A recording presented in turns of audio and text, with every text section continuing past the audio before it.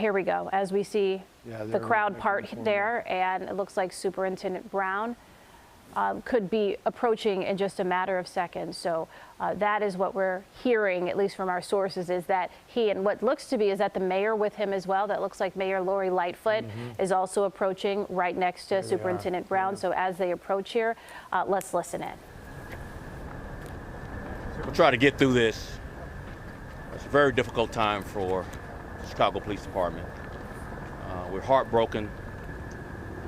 Unfortunately, we're delivering the very tragic news that one of our own duty Chicago police officer has been fatally shot this evening.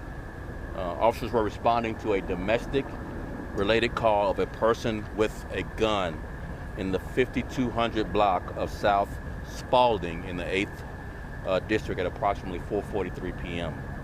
The call stated that an offender was chasing a female down the street with a gun. Two officer cars responded. One of the cars knocked on the door while the other car became engaged with the offender, who escaped and began running from officers armed with a gun. The officers began pursuing this offender. At close range, shots were exchanged between the offender and our officer, who is now deceased. The offender was struck, but he is still alive. He was struck in the head in critical condition. Our officer, who is deceased, was shot multiple times. And as you know, here at Sinai Hospital, where he succumbed to his injuries. I ask that this city cover this officer's family. This is a family of public servants, and as you can imagine, they are taking this tragedy very, very hard.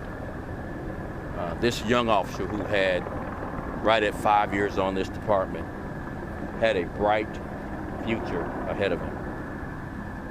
And this is something that no family should have to face. What we know about the offender is he's 18 years old, not much of a criminal history, one prior violation that we've been able to find so far this evening. The officer's partner, all the responding officers, the officers in the 8th District, every officer on this police department, and for that matter, every officer in this country, is grieving today. Policing is a big family of people who know at some point they may be asked to make the ultimate sacrifice. But you never wish or hope that it actually happens.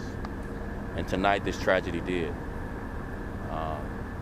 There are some broken hearts that will take a long time to grieve, to accept this. The investigation is ongoing. There is body-worn camera footage being reviewed of this incident.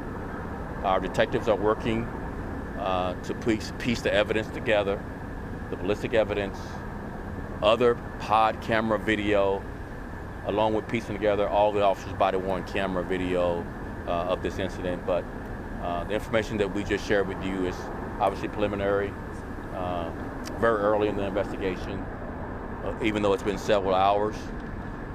But we're still continuing to aggressively address this. As you know, this will be turned over to COPA as well for a full and thorough investigation. We'll take a few questions, but the mayor would like to have comments as well, and then we'll come back for only on-topic questions. Thank you, Mayor. Well, as you heard from the superintendent, tragedy has befallen the Chicago Police Department and really our city. Our hearts go out to this young officer's family. And I echo what the superintendent said. We need to lift them up in our prayers and wrap our arms around them as they go through this journey of grief and loss. I want to remind people that every single day, on every shift, officers run to danger for our safety. If you see an officer tonight, or the next day, or the day after that, thank them for their service. They need our thanks. They need our support, and they need to know that everyone in our city has their backs.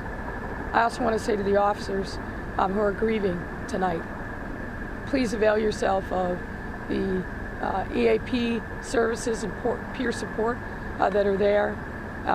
We want to make sure that anyone who needs some extra support in this difficult time takes advantage of the resources that are there. But this is a terrible tragedy for our city, and we are mourning along with the officer's family.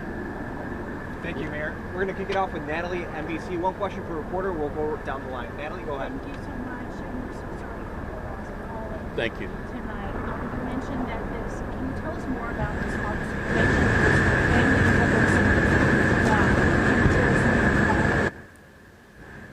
So right now, there's family in other parts of the world that's being called.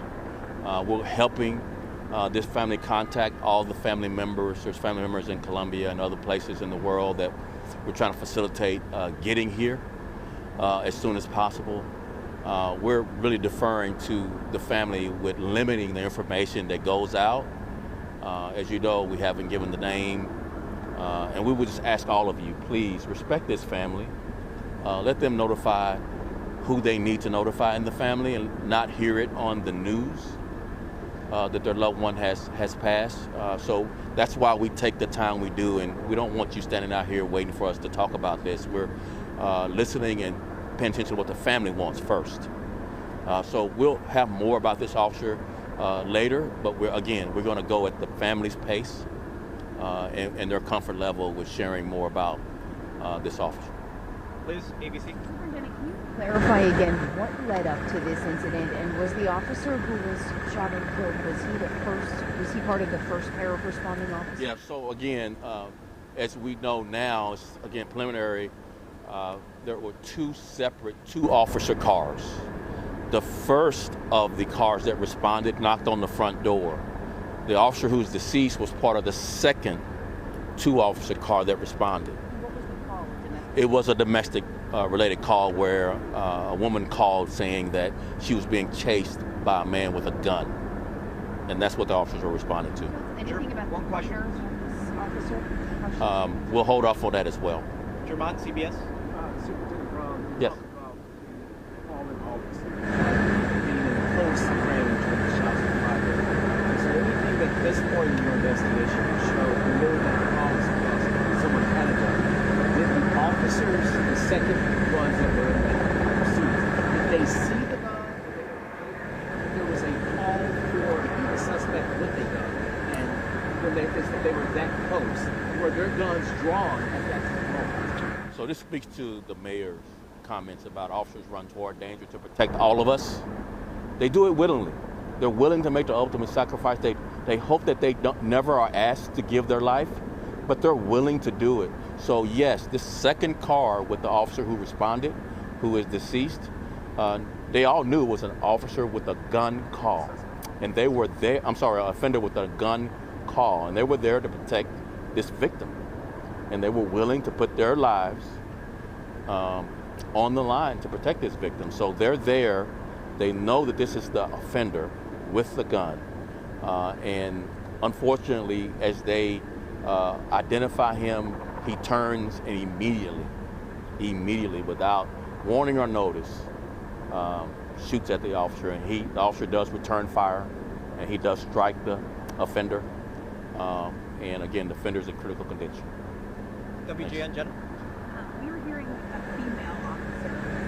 No, that's inaccurate. No, inaccurate. It's a male officer. That's the officer is deceased. Fox News. Can you talk about misinformation about that? Yeah, unfortunately, there are many people who want to be first to tell you the news, and likely inaccurately, and unfortunately, without any concern for the families. We had some time to try to identify where the officer's wife was located and get her here and get her notified.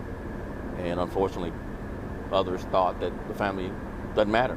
I want to be first to get it out to the media.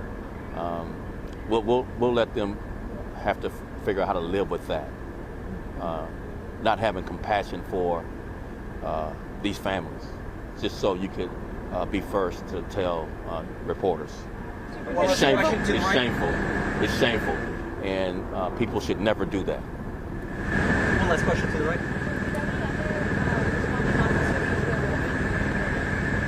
No, they did not. It happened so fast that the other officers heard shots, and at that point were trying to get render aid and get help for this officer for a chance to survive.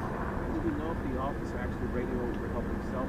We don't know any of that detail yet. Thank you all so very much. Thank you very much. Police Thank you so officers much. behind you. Thank you. Can you speak to what's been going on with your officers? You've been listening to Superintendent David Brown, who made it clear that he wanted questions to remain on topic tonight and not to veer into his announcement, which came late this afternoon, that he intends to resign in just 2 weeks. Erica, beyond the big news that one of Chicago's finest is dead tonight, the fact that an 18-year-old is accused of this was the thing that stood out to me in that news conference. I don't know about you, it just almost made me gasp. That offender in critical condition after being shot in the head as well.